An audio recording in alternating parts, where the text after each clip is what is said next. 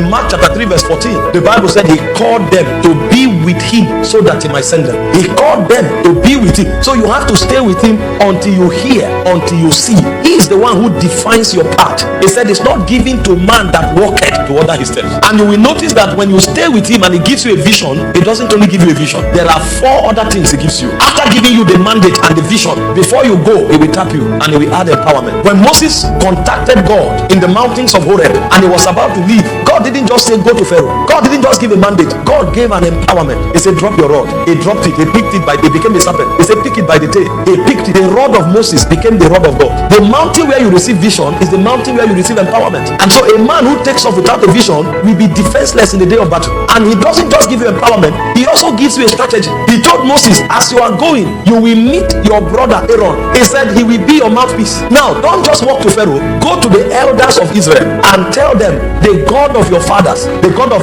Abraham, Isaac and Jacob have sent me. And then when you finish talking to the fathers, he said now go to Pharaoh.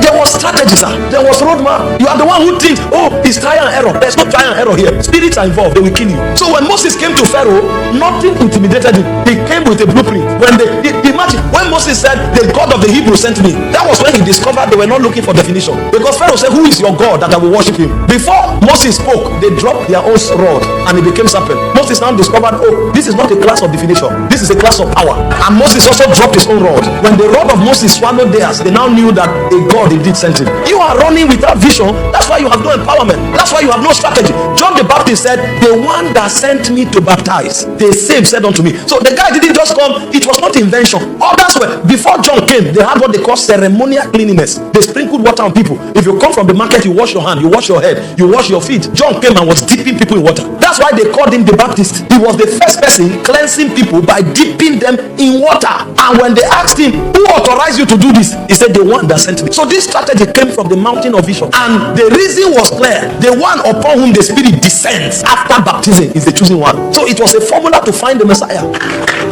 Don't take off, sir. Let God speak to you. There are battles on the way. But if you have a vision, an empowerment, and a strategy, those battles will become your platforms. You think if the late Archbishop was not raising the dead, we will be talking about it. Those were supposed to be challenges, but those challenges became the platforms of announcement. So warfare is a blessing for a visionary person.